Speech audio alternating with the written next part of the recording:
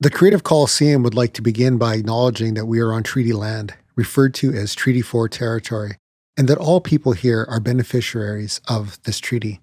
Treaty 4 encompasses the lands of the Cree, Saulteaux, Dakota, Nakota, Lakota, and the homeland of the Métis Nation. We respect and honor the treaties that were made on all territories. We acknowledge the harms and mistakes of the past, and we are committed to moving forward in partnership with Indigenous nations in the spirit of reconciliation and collaboration.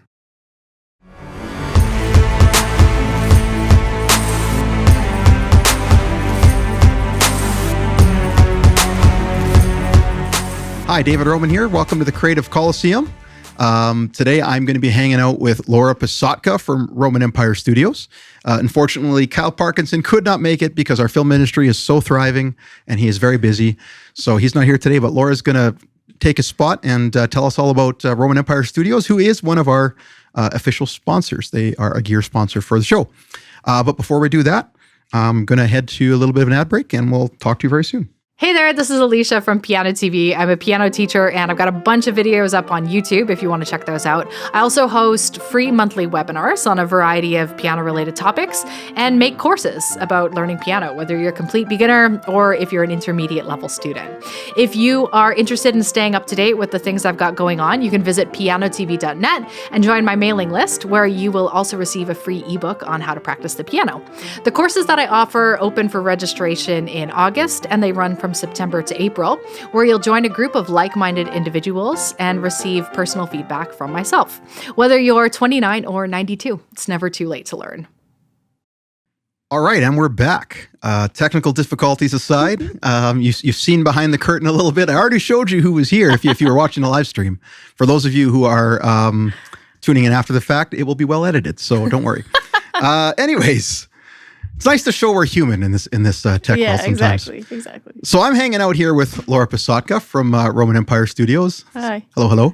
For those of you, I guess I'll go over a little bit of the Cole's notes or the reader. I don't know. Do people even know what a Reader's Digest version means anymore? Does your generation know what that means? I mean, I do. You know what that means.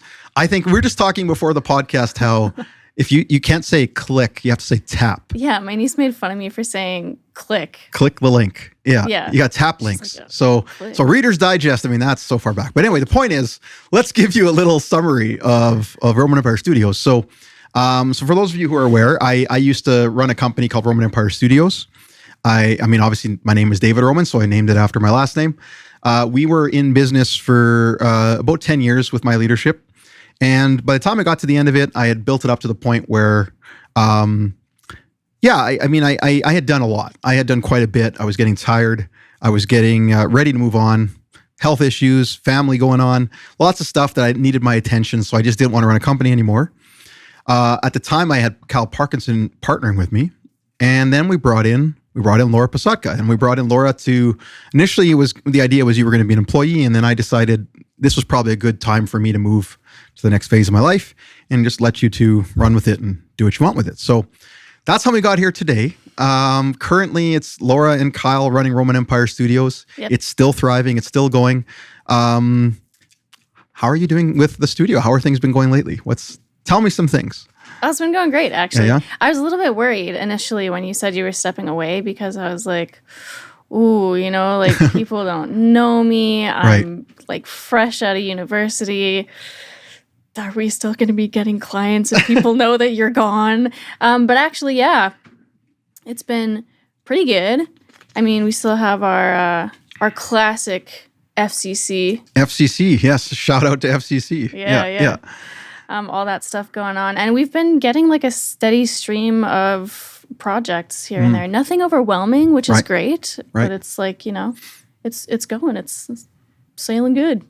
That's good to hear. No, I definitely had faith that things would eventually even out. And I think I love that you bring up FCC because we work on their podcast, or we did work. Sorry, when I was there, we worked on the podcast. I mean, I know you still are. Yeah. They always talked about farm transition, and as much as that wasn't a topic that was ever on my mind, farm transition. What is that? Yeah. There was so much about that particular topic that resonated with me and me leaving Roman Empire Studios. Yeah. A lot of the information they give about transitioning your business onto the next people. So I I like that there was something that they said about, transition isn't an event, it's a process, right? And so I kept that in mind when we were switching to you and Kyle taking over. I was like, I really wanted it to be done quickly and just move on and let you guys do your thing. But it probably was more of a half-year process before I could actually step away.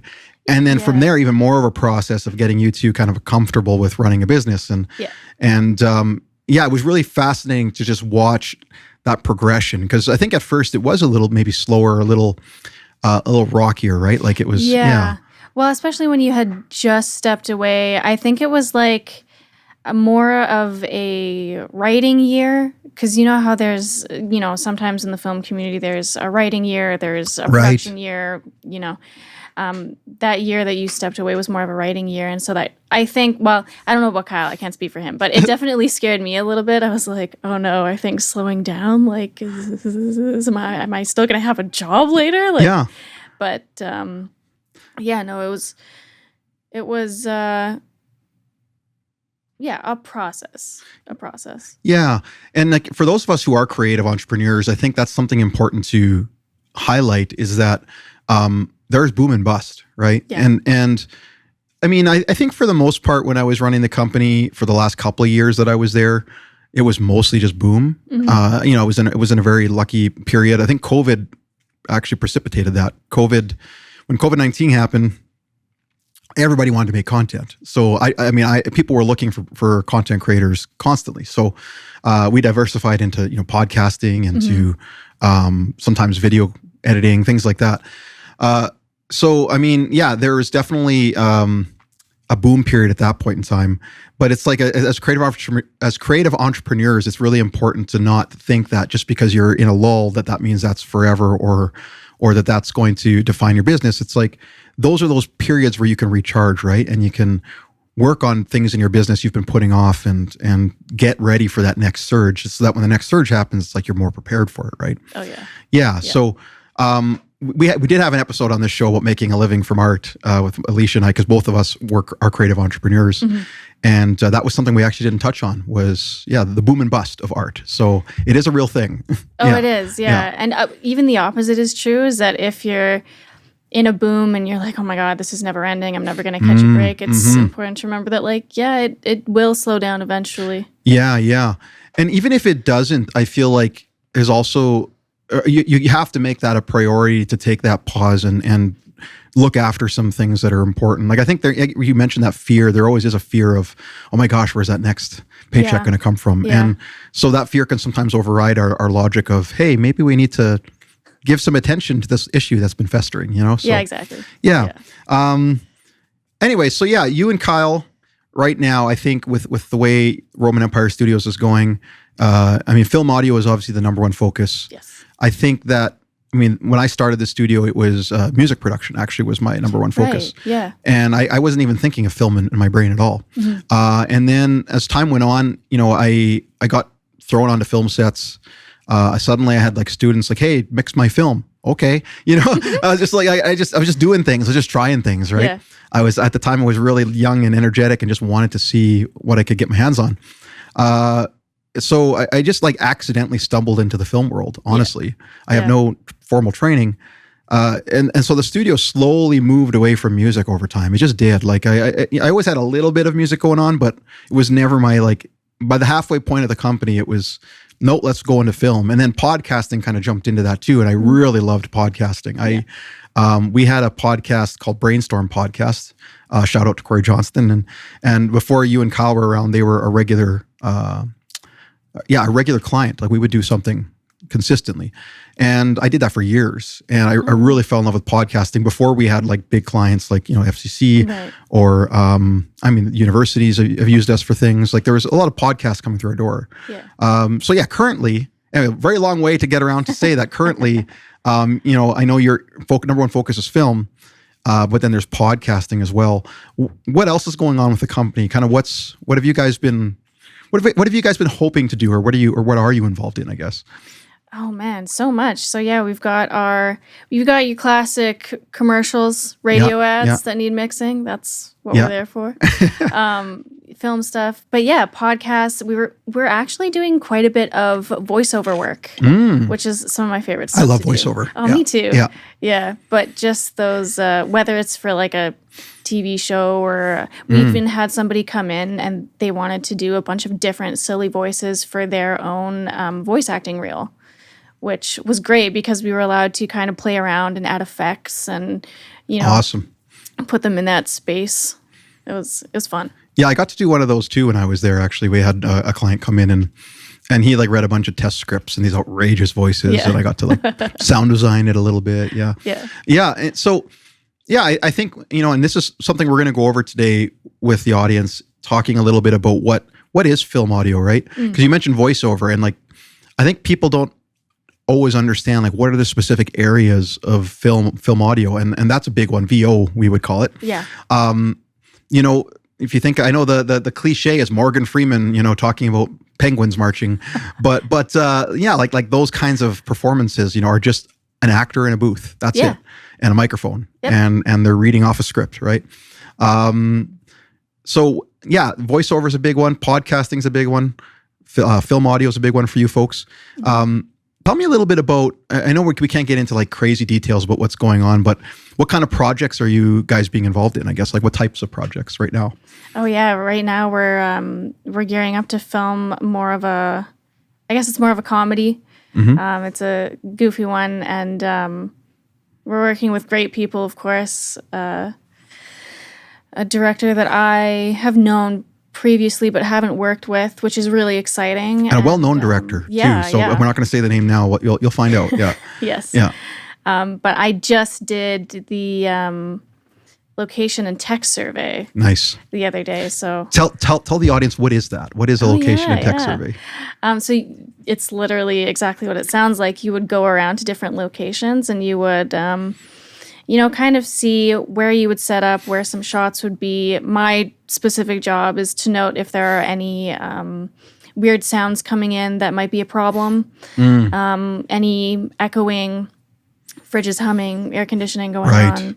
Just take notes on it so that on the day that we do shoot, we're not kind of blindsided and having to figure out a way to get around those problems. Right. And I think a lot of people don't really realize just how busy spaces can be, I know you and I, because we're in the audio world, when you enter a space, you're hearing things, right? It's like right now, I have a little bit of air conditioning running. I'm not going to get rid of that. There's no way. I mean, we're going to cut that out of the mics. We're not going to turn it off. Right. There's a little bit of that going on. Not a whole lot else in this room. Like it's pretty dead for the most part. Yeah. So when we enter a space, we're sitting there thinking about like all those little things. Where are the furnaces? How are the reflections in this room? What machines are running in here? Stuff like that. And for those who actually watch a film, you watch the film with that stuff under control. It's like everything in the film, if it's provided it's a good film, provided it's a budgeted film with actual. I don't want to speak for some of this stuff that they show like on Best of the Worst in Redditor Media, but after the fact, it's all controlled in the post process, right? Like that stuff is removed, sometimes brought back in a creative way. Like let's make this space sound big and cavernous, right? So there's a lot that goes into that tech survey. Like it's a big deal. It is. It's a really big deal because you want to make sure you can get the best possible sound on the day. Yeah, for sure. Yeah. The other thing people probably don't think about a lot too is, we're shooting on green screens for a lot of the bigger productions, right? Yeah. Or the volume in town now here for us. And those are completely controlled environments. So, you don't really have to account for as much of that. However, if you look at a Marvel movie, there's so much action and so much movement that I can't imagine they're using a lot of the live sound. They're probably overdubbing it quite often. Yeah. Or what we would call ADR in the audio world. Yeah. Yeah. So segueing from that then, talking about the volume, talking about the local industry. So things seem to be quite busy around here in Saskatchewan. I've been getting messages from people like, please come help. I have, right? Yeah. And I'm just like, I'm not doing location audio. And it's not because I don't want to necessarily, it's my health. Like I can't last those long days on set. I just can't, even if it's simple. So, but anyways, so things are desperate when they're calling the chronically ill guy on the sidelines saying, hey, like we need you now. So it sounds like tons of stuff is shooting. You talked about a comedy. What else have you heard about going on around town? Like how is the state of the industry currently? You know what? I think it's really picking up because at the same time that we are shooting this comedy, there is another project going on at the Wall. Right. And I believe it's booked for the next 2 years. I've heard this. Out. Yeah. Yeah. Mm-hmm. So we're gaining a lot of traction, and I think we're gonna have like quite a thriving film community, like back to where it was. Years ago. So I think it's important for us to tell the audience this then is, what we really need the government here to do, I think, in my mind anyway, is to step up then and commit to like consistent funding, right? Yeah. Because right now it's kind of just, the numbers thrown at us are different every year. And there isn't, at least from what I understand, I don't see a lot of, like, hey, we're going to commit $100 million every year to make sure we can keep us going. So at any given budget year, they could just drop it if they don't have a tax credit, right? So exactly. So do talk to your local politicians if you're in Saskatchewan. Yes. Tell them, hey, we love the film. We love that film is back. I guess for you, I mean, again, as a local company, suddenly now you have like, from what I understand, from what Kyle's told me, your partner, that like there's just no time for you guys to do things. Like it's getting so crammed and so booked up. Is that? Yeah. Well, and especially because he's, if it's a one person job, it's usually him that goes and I'm staying at the office. But then I'll have to do all the admin stuff. The admin. Oh, yeah. All the emails, all that stuff. Any ads that we get while he's away. Yeah. It's really picking up. It is. Which is great. Yeah. But about that point, for the tax credit, when I was still in university, I actually met with a couple of NDP MLAs to discuss what it would look like to bring back the film tax credit. And actually, they axed it so long ago that it needs to be updated for the digital age now. Right. Because back then, everything was still all on film. And so they had it geared towards that. It's so long ago. It's so crazy. I know, it blew my mind. So if we ever did get a film tax credit back, they would have to update absolutely everything to reflect the digital age. And I wonder if that will eventually become a necessity for them. Like if it'll get to the point where, hey, we're getting so busy, things are really picking up.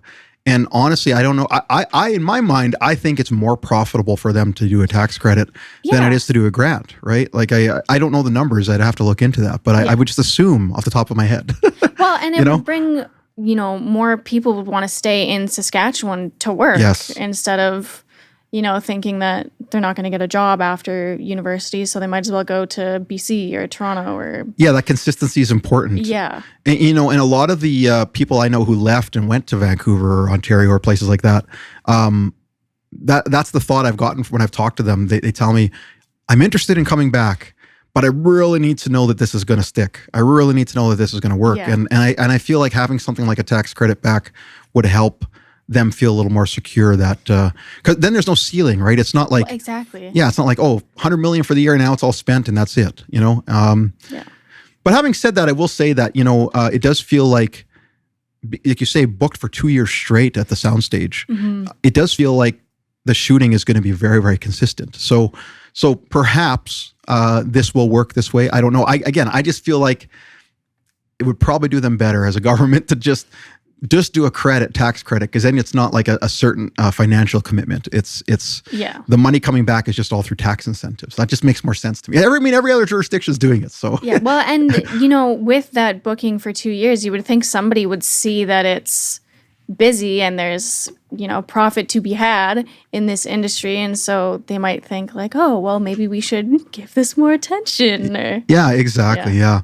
And I know it's not like, the biggest line item in a budget, your film industry, although of course, maybe in Vancouver it is. I don't know. Maybe. Vancouver and Toronto have billion-dollar industries. So, but it's still, I think, important to have that diversification in the economy, right? So anyway, we're rah over here for the film industry, but we are film people. So we want to keep busy. We want to keep working and we want to do it here, right? At home. We don't want to have to move to these big, expensive places. So exactly. Yeah.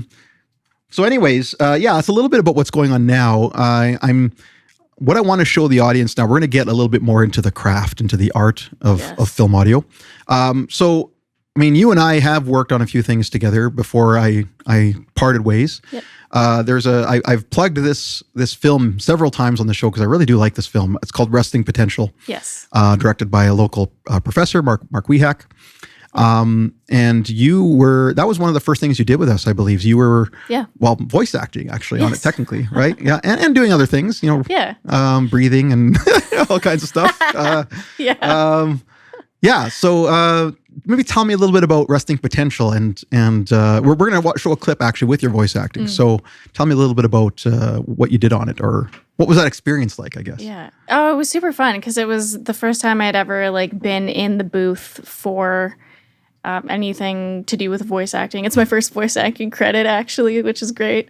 But yeah, you pulled up that session and I just saw how many tracks there were going down and all the sound that made it. And I was like, this is a lot. Oh my God, there's so much that went into that. Yeah. That film particularly was sound design heavy. Yeah. Because there's so much hallucinogenic type stuff going on. And we're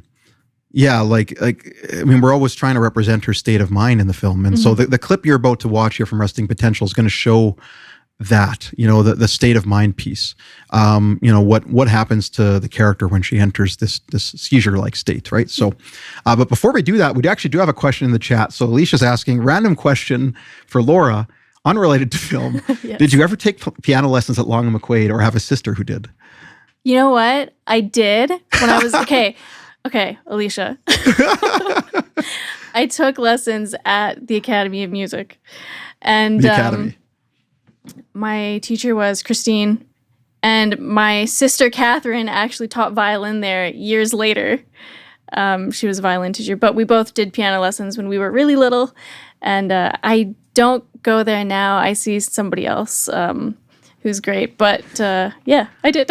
Okay. I'm still continuing with piano. I have a sneaking suspicion that maybe you worked with Alicia at some point then, because Alicia was a piano teacher there, I believe. Yeah. She said she thought you looked familiar. So so Alicia is the co-host, for those of you wondering. She's hanging out in the chat. Was your teacher Nina? She's asking. No, but I know Nina.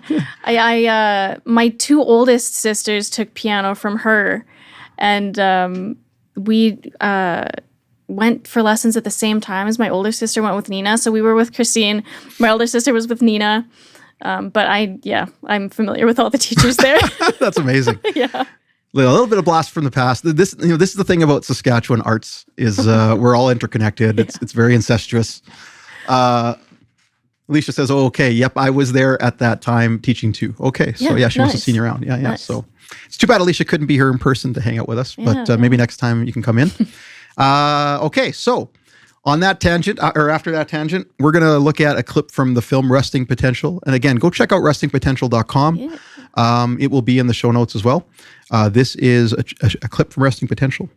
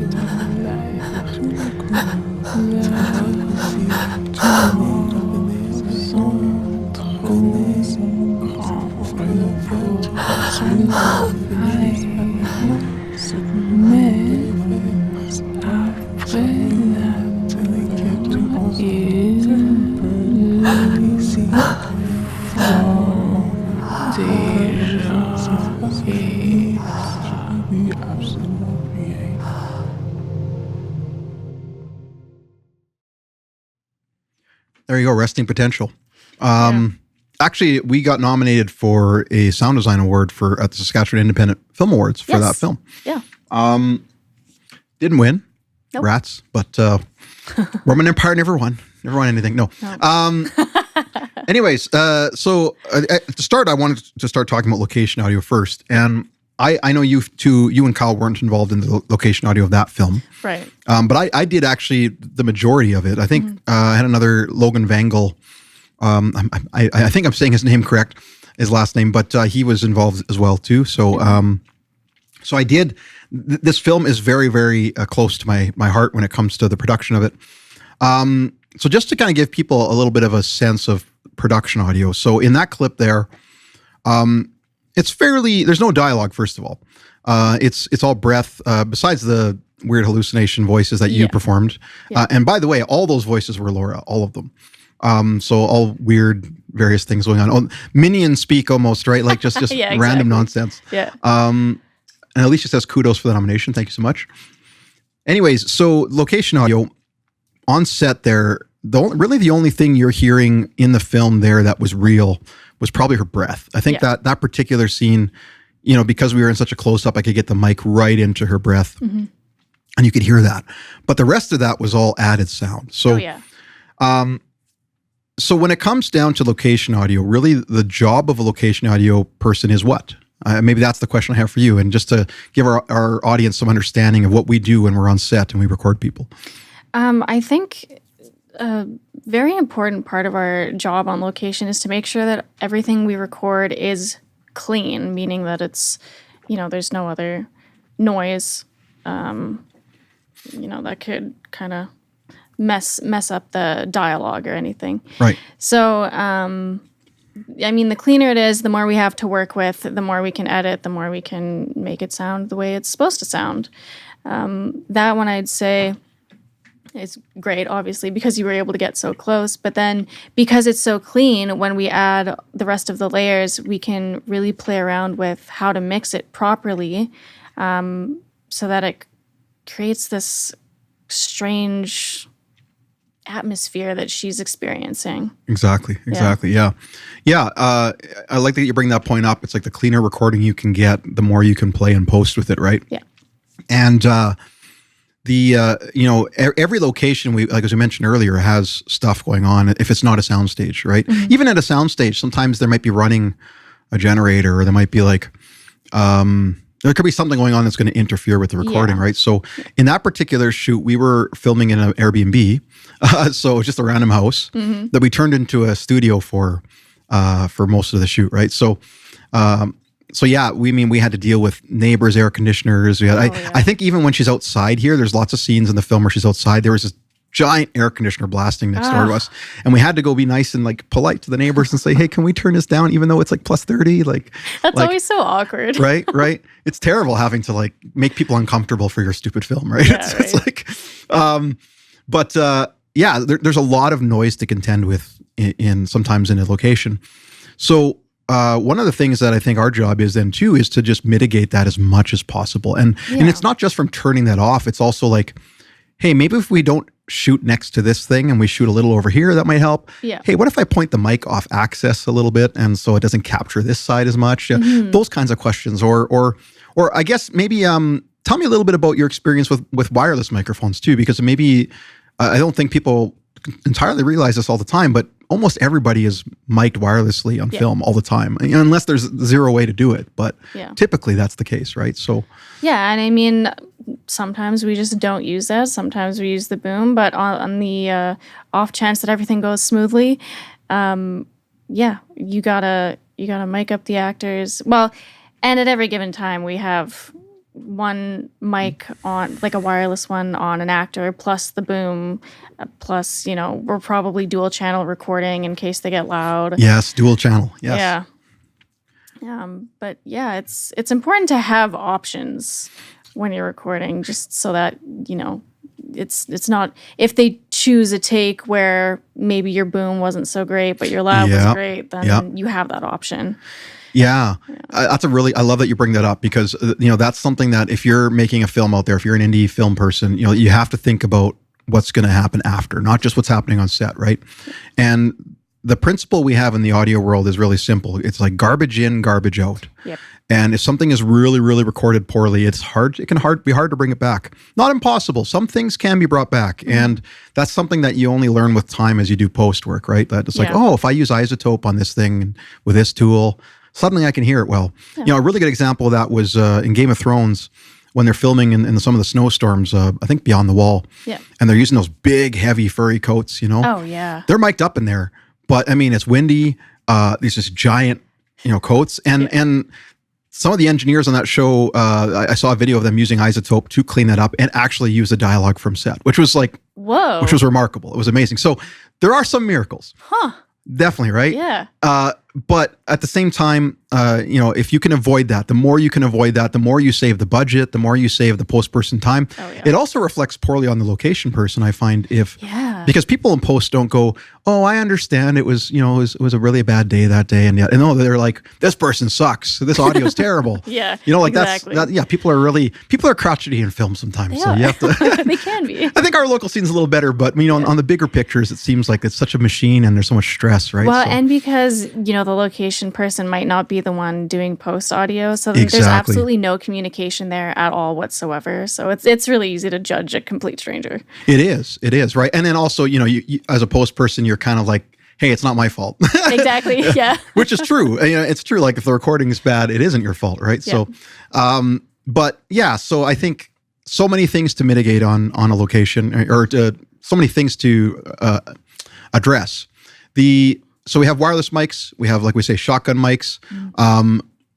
Sometimes there's plant mics. That's the other thing maybe people don't know about is sometimes you'll just put a mic somewhere where that's not visible so you can capture something because you can't mic them very well. Like Resting Potential has a scene where she goes into the closet and she had a wireless mic on for it, but I wanted to capture the movement of the clothing as she was going through the closet. So I couldn't really get my boom mic in there. Right. So what I did is I had a shotgun, I had a wireless mic on her, but then I actually planted another shotgun in the closet pointing down that you couldn't see so it could capture all of that. And so, because I think for me personally, and especially with an indie film, you're trying to use as much of the natural sound as you can to keep that authenticity and to save time and money, honestly, because digging for sounds and creating sounds takes a lot of time. Yeah. Well, and we've even on a short notice, we've just thrown the pack in a vehicle and put a lav right up on the visor and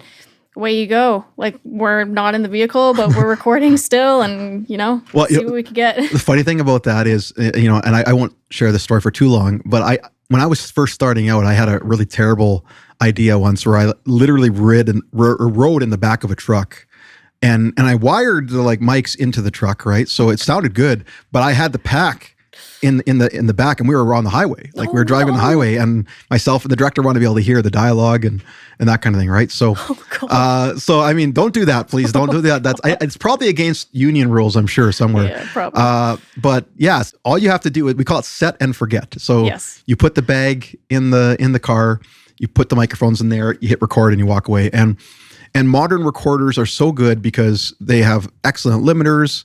They'll have, like I say, dual channel recording. So one channel could be you're recording louder, one quieter, just in case something gets too loud. Or if you're really adventurous, you could record in 32-bit and have unlimited gain, and nothing's ever going to clip. Exactly. So, which still isn't quite standard. It's like getting there, but the post world still hasn't adopted it as well. But it's becoming more common, I find. It is, right? Yeah.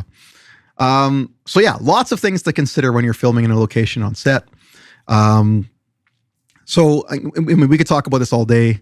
I'm not going to. So let's move on to the next topic. So then we're going to talk about post, and we've already talked a little bit about that. So what happens next? Maybe let's explain to the audience what you've recorded all your audio. Now you have all your files. You've delivered them to whoever's. Well, it's like DIT it's called, or what is it? The data collection person? What do they call that? I'm so bad at film roles. I don't know. But anyway, you've passed off the files. Now what happens? What happens with them? Well, we take them, we look at everything, we say, okay, well, we'll place everything where it goes, and if it sounds like garbage, it's out of there.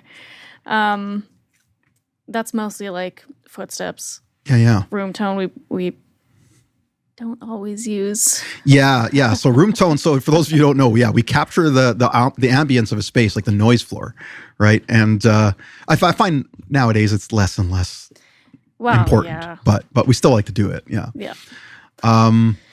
But then, you would, place all the dialogue where it goes, and then start adding your effects. Because what a lot of people don't realize is films sound actually very strange if it's just dialogue and the recorded effects, like footsteps and the like. It's strange because we create this whole world that sounds normal, but in reality, a lot of sounds that we're making don't really exist. Exactly. Yeah. Well, and especially the clip we showed, right? Yeah. Where it's all in her head. It's all, God, what is diegetic or I can't remember which one is it. Is that called diegetic or non-diegetic? What is the term? Diegetic is when you see the source. Right. So it's non-diegetic. Yes. Yeah. Because it's in her head, right? Yeah. Yeah. So film grads are going to kill me here. I clearly didn't finish my film degree. I just went straight into sets. But like there's stuff that you don't. Oh, hey, we got a follower. Thank you so much for the follow. I can't read that because I'm terrible. Ostensible cons. Thanks for the follow. Nice. Anyway, sorry, just getting interrupted by that, but I appreciate. Just want to give you a big shout out. Every follow helps. So when you're doing that kind of stuff, that's basically when you're creating a scene in post, it's like you don't want the viewer to ever be taken out of it, right? You don't want them to think like, oh, I noticed that. Oh, that's not right. And once that starts happening, then the whole suspension of disbelief fails. Like audio has such a big role in that, right? The worst part about watching a movie is remembering that you're watching a movie. Yeah, right. It's terrible. I love that line. Oh my gosh. Okay, we're gonna use that. We got to clip that. Alicia wanted to chime in here. So non-diegetic sound is any sound in a film that doesn't originate from the world of the film, right? Such as music, narration, or sound effects. Yeah. So, and that also goes for like dream sequence type sounds because it's not the world of the film; it's the head of the film, I believe. But I could be wrong. Maybe I should. I don't want to say 100% on that. Let's. We're gonna Google that after the fact. We're gonna Google that. But anyway, non-diegetic versus diegetic sound. Yeah. For those film buffs out there, look it up. So says Google, says Alicia. Okay. Thanks for looking that up. I appreciate it. Fact checking. Yeah. But anyways, so in that resting potential clip, we have the hallucination type stuff going on, right? So your voice recorded several times. Let's tell people a little bit about, so what happens in the soundscape? I mean, and maybe I'll just say this to start, is stereo sound is a pretty obvious thing that most people understand. Yeah. You have two speakers, left and right. Your earbuds are left and right. Your phone even has a left and right, a lot of them. We have left and right speakers. So that's an easier one to understand. Let's not go crazy into surround sound yet, because that gets a lot weirder to start talking about. But stereo sound wise, what's happening then with that audio in that spectrum? What are we doing there? So then it would be kind of, we want to fill the space. We want to fill your left and your right to make it sound like you are in the universe. You're there. Yeah, you're there. Yeah. Yeah. And so personally, I like 5.1 better. I do too. I'm a big surround guy. No, I like it. Because stereo is used for everything. So it's fine. It's fine. But we do want to make sure that like you're hearing things in your left and right at an appropriate level.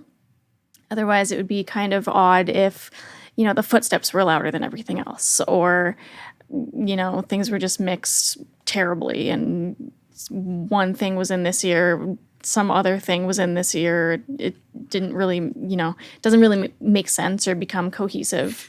Yeah. So, yeah. Yeah, no, I love that. So immersion. It's immersion is such a big word in film audio land, in creating soundscapes in general. We want to be immersed. Mm-hmm. And some of my favorite movie experiences have been the ones where I feel so dipped into the world that I'm in. Oh, yeah. And from an audio perspective, one of my favorite films for this, the film aside, I mean, some people don't go watch this film if you don't like it, trust me.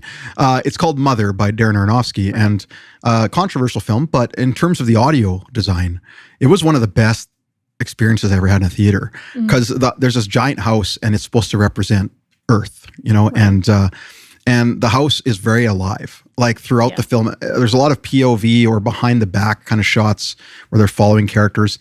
And the way the audio in the theater is moving around you and you're hearing all kinds of crazy things. As the film goes on, the house just gets more and more a part of the film. Like you just feel the house doing things. Yeah. And I just remember that time experiencing it. I was one of the only people in the theater. There was like 3 of us, and shows you how popular that movie was. And I was right in the center in the middle of the theater, experiencing the full surround sound, and it was remarkable. Like I was just like, oh my gosh, like this is incredible. I don't care if the movie's good or not. I'm loving the sound. So yeah, no, it's that immersion. It's that feeling like you're in that world, and when it can take you beyond just the mundane. But so yeah. You and I have done a lot of sound design. I'm assuming you guys continue to do a lot of sound design. What draws you to creating a soundscape? Like what do you want to put into it? What do you think is important to put into it? I mean, people rely on sound for a lot of emotions. Sad music will make you sad. Silence will make you feel really uneasy and kind of, anticipating what's going to happen next. And I kind of just like being able to manipulate that in a film universe. It's a lot of fun, actually. It is, right?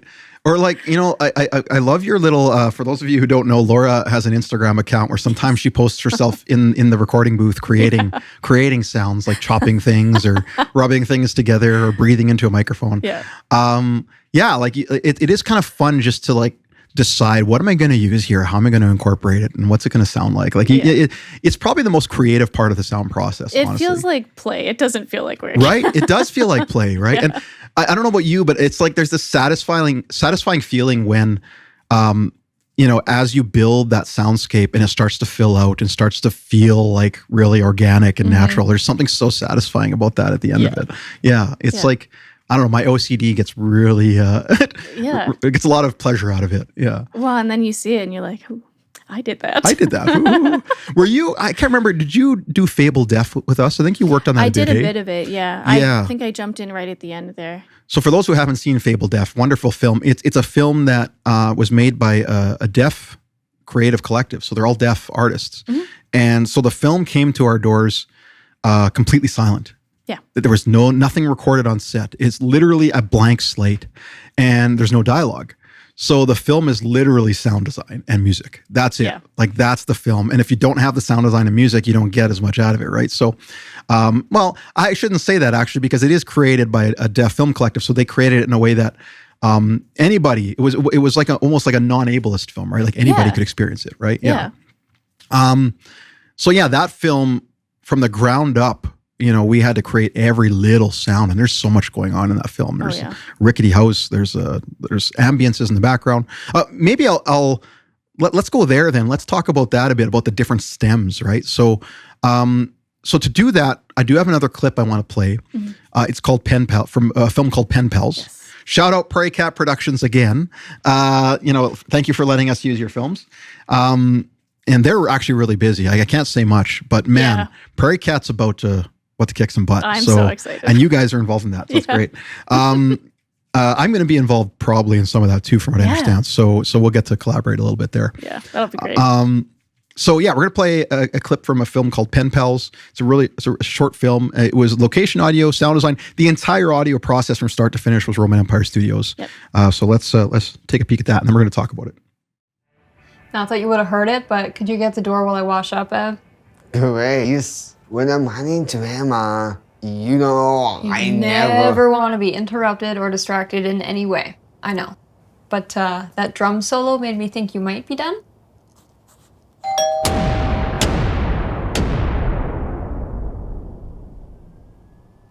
I do happen to be done, but my drum solo should never be an indication of that.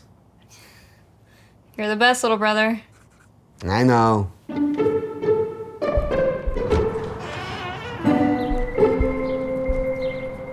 Hi, Brad. Evan, how's it going? Is your sister home? Yes, he's home. Awesome. Can I come in? Is he expecting you? Yeah, I'm taking her on a little brunch date. You broke my pencil. Great. I love that actor was amazing on set. Yeah. I can't remember his name, but he was so fun. So the clip we just showed you was a fairly conventional film, and I thought that would be important to do first because, it's just very realistic. Yeah. It's just what's in my soundscape. But besides, the kind of little, what would we call it, like a stinger where he's like breaks his pencil and it's like boom, boom, boom. It's that's not realistic, but but generally speaking. So let's go through like the different things that are going on. So let's start with dialogue. Yeah. Right. So tell us about what happens to dialogue. We talked about how we recorded it, but what happens in post with dialogue? What do we do with it? How does it work? Well, we take it, we make sure it's nice and clean, and if Roman Empire recorded it, it is clean. Oh God, there we go. Yeah. If there is like a hum, we'll take that hum out. We'll also manipulate the voice actually to, get rid of the lows that the human ear doesn't really pick up. Right. And then we'll, depending on if it's like a female sounding voice, a male sounding voice, we can raise the mids to make it sound a little bit more rich and full. We can yes, equalization is huge. Oh yeah. Yeah. We also usually DS. Yep. Because S's are the bane of my existence. So yeah. I have one on.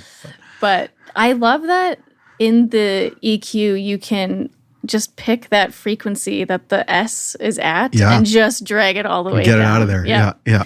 Goodbye. So we clean it up. We make it sound more full, more, I guess like screen worthy, and make sure it's sounding nice and clear and understandable. Yeah. And typically dead center, right? Like usually dead center in whether it's surround or whether it's stereo or anything. It's like it's in the middle, unless the character's somewhere else on the. If dialogue is there, it's a priority. Yeah, right. So dialogue is always I shouldn't say that. I mean, people can take artistic license with whatever they want, but typically a dialogue is king, right? Yeah. So that you have dialogue. The other thing then is Foley. Right? The actual movements of the characters. And, if you ever get a chance to look at anything that doesn't have Foley and listen to it, it's bizarre. Oh, it sounds so odd. Right? It's like you're not hearing the chair rustling, you're not hearing the clothing or footsteps or any of that kind of stuff. Yeah. So tell me a bit about that. Like, are you capturing that on set? Are you building it after? Is it a combination? Kind of what's your approach to that? Yeah, so it can be a combination. If we use what we call PFX, then that'll be little tiny effects that we record on the day. That'll be something like footsteps or, maybe a doorknob turning or walking on snow, walking on leaves. But we also do add that stuff in post if it's not there and it needs to be. So I think that scene... We definitely would have done, the pencil writing. Yeah. I remember that. Yeah. Yeah. The footsteps for sure. That door creak is definitely something that we added in, I think. I would. Yeah, possibly it is. Yeah, it might be. Well, this is a good thing when you can't tell. Yeah. Right? When you're just like, it all just blends together well. Sometimes it does align and you're like, that door creak works so well. I just like the way that sounds. I'm going to use it. Yeah. You got to use your ears a bit, right? Yeah. It's like, Yeah. Yeah, so lots of different, it can be a marriage of natural sounds and fake sounds. It can be all fake sounds, like we talked about Fable Deaf, where it's all stuff we did in studio or samples or things like that. So we have that. We have Foley, BG. And, for people who don't know what background is, like you talk about the ambiances of nature or the house itself or things like that. Yeah. It's that one of those things that if it's not there, it sounds off. Yeah. But if it is there, you don't notice it. Especially like with houses. I always, when we're filming inside of a house, you never want it to sound too dead. Like you want a little bit, it might be like a little clock ticking in the background or the hum of a fridge or something going on, right? It's like, yeah. Or one thing I think we did in that film, I'd have to listen carefully. I know I do it sometimes is you can hear nature outside faintly, that kind of thing. Yeah. When he opens the door in that scene at the end, we go from inside to outside. Yep. There's an ambience change there, right? Yeah. You want to make it sound more present when it's open and then gone when it's not, or maybe you'll pan it to the one side when it's like coming from, like, there's so much going on, right? Yeah, that's my favorite. So there we probably would have, I think we did add birds or something in the background, very faintly inside. And then when he does go to open the door, then we'll bring the birds up. And then also pan it to the left because the outside is on the left of the screen. Exactly, and, yeah. Bring it up a little bit to, convince you that he did open the door and that they're outside. One thing I have, this is kind of a funny little, not really a pet peeve, but kind of a little aside with Lucas, the director, because he's not used to like the spatial sound yet, right? And I find other directors do this too, who haven't done it a lot, like done the surround mixing. When you pan a dialogue off to the side, when it should be off to the side spatially, and they're like, no, put it in the middle. It's so funny. And no shade on anybody for doing that. I get it. But it took me a while to get used to that idea. But then I started watching a lot of films when I was learning this, and a lot of TV shows, and I was like, no, this is what they do. Like when there's a character way off to the left or off to the right or behind you, like it's coming from over there. It's not dead center anymore. There's times to do that, even if it's a little off-putting at times. It's important, right? Yeah. To be believable. So we talked about dialogue, we talked about Foley, we talk about BG. I guess FX and Foley kind of are similar in some ways. Like FX is the filling in the blanks a bit, like the impact noises, or it could be the the pencil breaking, that boom. That's I really like doing comedies. We can add a whole bunch of silly effects, and it's just a lot of fun. In Prairie Cat, typically it's lighthearted, kind of fun stuff like that, right? So, the music. Now, I composed the music for this, so this is maybe a good preview of if we do another project together with Prairie Cat, all of us. Yeah, this was exactly the vibe, right? So, we did showcase another film by Prairie Cat called Talent, and this actually the crew for Pen Pals was mostly the same crew as Talent, and in the post world as well, with the exception of the sound mix and sound design last time was done by Ruben Rojas. Shout out to Ruben. Yeah. But this time we did it. So, but anyway, so there's music. There's music. There's music. There's music. What is the role of music in the soundscape? I think that I think a lot of people would say it's to fill in the space. You don't want it to sound quiet, but I mean, that can be, but I think music is a very good manipulator of emotions. So if you want something to be lighthearted and fun, music can set the tone for that scene. Exactly, right? Yeah. Yeah, and I think, I know the standard approach is don't let the music overtake the film very often. I know I think in modern film that's changing a bit sometimes. One of my favorite examples of this is the Social Network. Yeah. Where the music was the film for a lot of it. Yeah. It was like, oh, this is technobabble.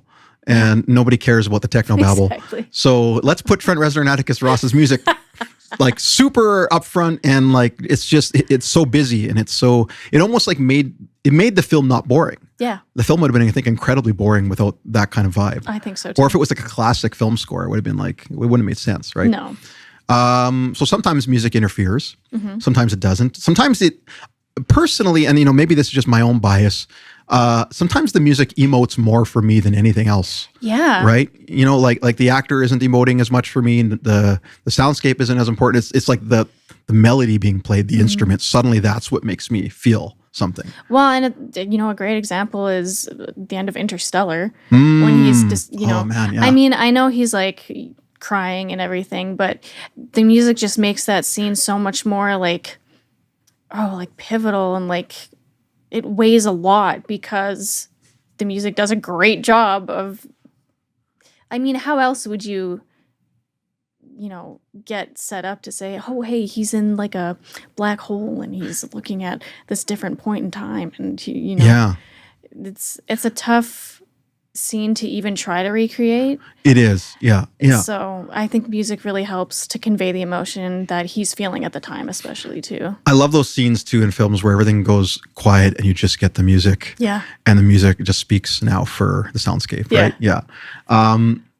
Now, in terms from a technical standpoint, so music typically in a stereo film, it's usually pan left and right. Just like you would, like a rock song would be, drums in the center, bass in the center, that kind of thing. Or a symphony has a very specific panning structure that we're not going to go over that today. But in surround, it's a little different, right? Like we have a lot more speakers to work with, and it kind of depends on the music. Is it score or is it actually diegetic sound in the film? I think I'm getting it right. Yes. You know, so what are some of your experiences with that, of like placing the music in the film? Like, have you? Yeah. What have you had one of to do my with that? favorite things. One of my favorite things of all time is LFE, Mm-hmm. or The low frequency emitter. Is that what it stands for? What's the E stand for? I always forget what the E It's the stands bass. for. It's the sub. Yeah. Yeah. But that's the one that a lot of times humans don't always hear it, but we can feel it. Right. And it's the one that makes like the biggest impact. Oh yeah. Or especially horror movies, if you want something, or anything that you want to sound a little bit more punchy, to have a little bit more like importance. I'll always crank the LFE on that. Yes. Yeah. Modern cinema is very much obsessed with giving you a lot of LFE. I love it. I love it. I don't know if you go to the Landmark Cinema in town at all. I do. The LFE there is so intense sometimes. I love it. I do love it. Yeah. But what did I go see? I think Godzilla. I saw Godzilla -1 there. That would be great. And the LFE in that film was beautiful. Yeah. Like it was just, oh man, like you felt when Godzilla was trouncing, the city, and he was going through, like you felt every footstep and every impact. It was like, whoa, like it was consuming. Yeah. So that's why I always say I like 5.1 better, is I can really, it fills the space in a way that you need the space to be filled. Yeah. Like if there's a rock concert, then we can pan it towards the front, or exactly. If, you're walking out of a rock concert, it can, the music can move through the space in a way that would make sense. Yes. Actually, so a film we did called The Wild, a feature film we did, there's a lot of music in that film and live performance music. And that was one of my favorite parts about mixing that film and creating it, was using the surrounds. So, you'd have the singer up front singing and it would sound really nice and crisp. And then the way it was like echoing around you is like, it's so important, right? Yeah. So, I mean, obviously in a theater, I'm not sure, what is it? It's Atmos now. And how many speakers is that? I don't even know. I don't even keep track anymore. But there's a lot of speakers now. It's on the roof, especially or ceiling. The IMAX one that just got redone. They have they're everywhere. They're under the seats. They're in the front. They're in the back. They're in the sides. They're everywhere. Yeah. So obviously, I mean, building a facility to accommodate that is very expensive. Yes. So I know you folks are not involved in Atmos yet, but no. But yeah, so surround sound is artistically, I think, what I'm gathering is just more fulfilling overall, because there's just more flexibility. Yeah. These days people are consuming their content through a cell phone and through a tablet. If you're not, having a nice home theater set up. I mean, I would even argue that theaters themselves are, I don't know, we might 10 years from now not have as many and as much maybe. going on. Yeah. So we might get to the point where we are just designing everything for headphones, Which, for the most part. Yeah. I'm not looking forward to. No, me neither. But that's the future of the industry. We won't go too deep into that, but I guess before we move on to the final segment here, we went over some of the technical stuff. We went over what's going on in Saskatchewan. Now tell me a bit about the company and what I know we talked about some projects that are coming, but what are some of your goals now going forward for Roman Empire Studios and moving forward? I mean, we are very committed to providing the highest quality audio that we can.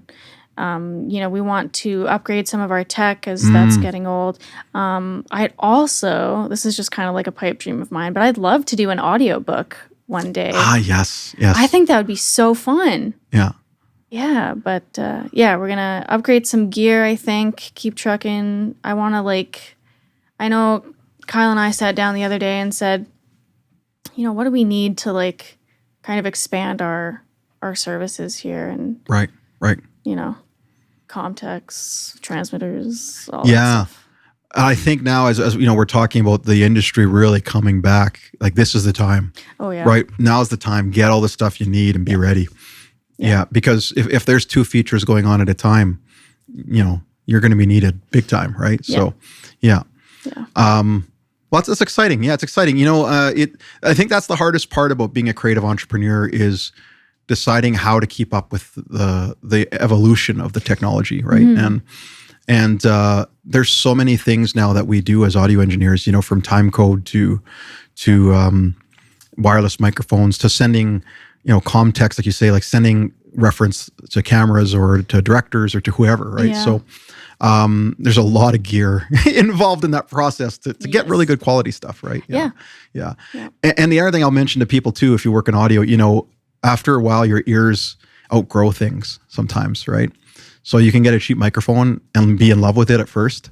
Yeah. And then as time goes on, you're like, nope. Yeah. You start comparing it to everything and start hearing other things going, no, now I need something better. Yeah. Hitting that ceiling is tough because it's expensive, right? So, no, very excited. I'm very excited for Roman Empire Studios and what's going on. I'm really hoping that I'm going to get a chance to actually get it onto set just to hang out for a bit and check it out while you guys are shooting. So with this next movie. And maybe even act in it. I'm hearing they're looking for actors, so I'm gonna see if I could get even an extra role. Would be kind of cool. That'd be so fun. I think. Yeah. So I could, be on that other side of things too. Exactly. Okay. Well, before we go, we're almost out of time here, so we are doing the artist spotlight. So I've asked Laura to prepare that. She didn't prepare it. I actually had to remind her.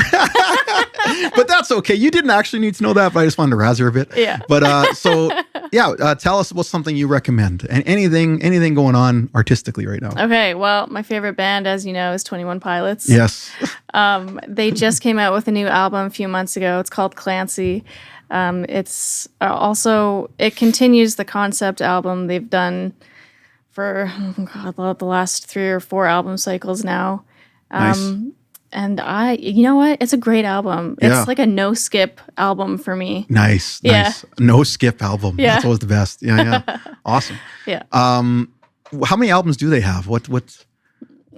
Officially, they would have 1, 2, 3, 4, 5, 6. Wow, they have a lot. Yeah. Okay, I haven't dug through their catalog enough. Then I need to, because I do like the songs that have heard that I've loved. It's not just I don't just like them. Like I really like them. Oh, they're great. They're so great. Yeah, like the song they had. So speaking of film, Suicide Squad, terrible movie. Yeah. But the 21 Pilots song in that film. Yeah. What is it? The Heathens. Man, that's like so good. Such a great song, and it's so fitting for the vibe of what they were going for. And it's too bad the film sucked, but So I mean, they do some really cool stuff. So I've actually seen their stuff popping up in a few more like mainstream TV shows and films, which is really exciting. Nice. Yeah. Have you seen them play? Have you seen them perform? Oh yeah, I've seen them twice, and I was hoping to see them a third time, but they're doing the typical Vancouver, Toronto, Montreal.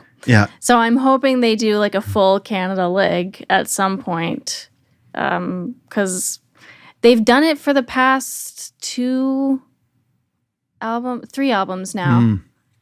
So hopefully they do it again, and I'll see them a third time. They're probably just looking at the numbers going, the prairies, it's just not worth it. Not worth our time anymore. It's just typically what happens. So go check it out. Go check out 21 Pilots. Look it up on YouTube, Spotify, wherever you can find music. It's all there. Great music. Yep. Thanks for bringing that. Well, thanks again for coming on today and chatting about film audio. It's something that honestly I as we were talking, and I'm just like, man, I can't get everything I want here. I know, right? I could talk about this for the rest of the day if you let us. I didn't even really get into some of our set stories, like just a little bit, but I'm sure you have a lot of great set stories too. So, so hopefully we'll have you guys back on again sometime to talk about something else film audio related, or again, with all the work you guys are doing. We're gonna definitely have some films to showcase, right? 100%, so we'll have you back on to talk about one. Yeah, especially after this current one that we're doing. Yeah. Great. Well, there's like a feature, there's a TV show, there's all kinds of stuff that is coming down the pipe here. Yeah. Besides all the commercials and exactly. Crazy amount of stuff going on. So I'm really excited. Yeah, it's great. It makes me sad that I'm not there with you guys helping you, but obviously not able to. So. Anyways, thanks again for coming. Thank you. And do you have anything? We'll plug Roman Empire Studios. So yeah, of course. Where do we find Roman Empire Studios? Well, we're on Instagram, which is I think what we use mostly, which is just at Roman Empire Studios. If you follow me at Laura Psotka, my highlight reel is there of me in the booth. And that's on Insta, right? Yep. At Laura Psotka. Okay, Yeah. And I update that regularly. Whenever I'm in the booth, it's on the highlight reel. So yeah, let's put that in the show notes. Let's put Laura's socials in the show notes as well there, Alicia, if you're paying attention. But yeah, so Roman Empire Studios, easy to find on the internet too. Yeah. It's everywhere. Awesome. Okay. And, for those of you who are indie film creators and looking for a really good, a professional, but yet reasonable production team, Roman Empire Studios is the way to go for your audio. Totally. Yeah, come see us. Yeah. All right. Well, that's it. It was so nice to have you here. Yes, thank you. It was great. It's too bad Kyle couldn't be with us. Yeah, next time. But we'll hopefully get him on here again. So yeah, for sure. All right. For those of you who are watching on the live stream, please stick around. We're going to take a bit of a break, but we're also going to have a second episode. So Alicia will be joining us from distant lands, which I'm not going to name this time because I'm not going to dox. I'm the worst doxer in the history of doxing. They call me the dox father on my other stream. That's so good. Alicia also says too, she says, stop flying over the prairies, bands. She says in the chat. Yeah, exactly. So I agree. But yeah, stick around. We're going to have a second episode. For those of you who are watching weekly or listening weekly, this is where it stops. And we will see you next time on the Creative Coliseum. For David Roman and Laura Psotka, bye-bye. Bye. Thanks for checking out this episode of the Creative Coliseum. We'll see you next time. The Creative Coliseum is mixed and edited by David Roman. Executive producers are Alicia Van Betju and David Roman. Gear support provided by Roman Empire Studios. Theme music created by Roman Music YQR. Recorded live on location in Regina, Canada, Treaty 4 territory. Voiceover performed by Sundance Robson. Logo design provided by Danielle Austin. Special thanks, Kyle Parkinson, Laura Psotka, and Rob Hillstead. The Creative Coliseum is a Nerd Party entertainment production in conjunction with Piano TV.